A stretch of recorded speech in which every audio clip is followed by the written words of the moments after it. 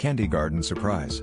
So last summer, my cousin Jenny decided she was going to start an organic garden in her backyard. You know, one of those trendy, self-sustaining setups that have everyone posting on Instagram about their homegrown kale and heirloom tomatoes. Jenny was always the creative type, and this time she was determined to grow the most vibrant, flavorful veggies anyone had ever tasted.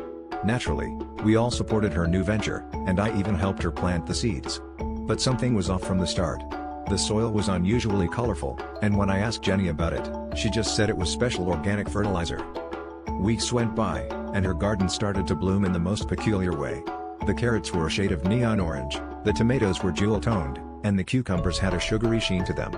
Every time anyone took a bite, they'd have this euphoric expression like they just tasted a bit of heaven. Jenny was over the moon with pride, and her veggies became the talk of the neighborhood. People were coming over just to marvel at her magical garden, and Jenny loved the attention. But I couldn't shake the feeling that something was amiss, especially when I noticed the local kids hanging around her garden a little too often, eyes wide with excitement. Then came the day of the big neighborhood potluck. Jenny was, of course, the star of the show with her infamous veggie platter. Everyone was gushing about how they had never tasted anything like it before. I decided to finally get to the bottom of this mystery and took a closer look at one of the carrots. Holding it up to the light, I noticed it was slightly transparent and wobbly. I took a cautious bite, and the sugary rush that followed confirmed my suspicions. This wasn't just any garden, this was a candy factory masquerading as a vegetable patch. Laughing, I confronted Jenny, who burst into giggles. Okay, you caught me," she admitted. I couldn't resist.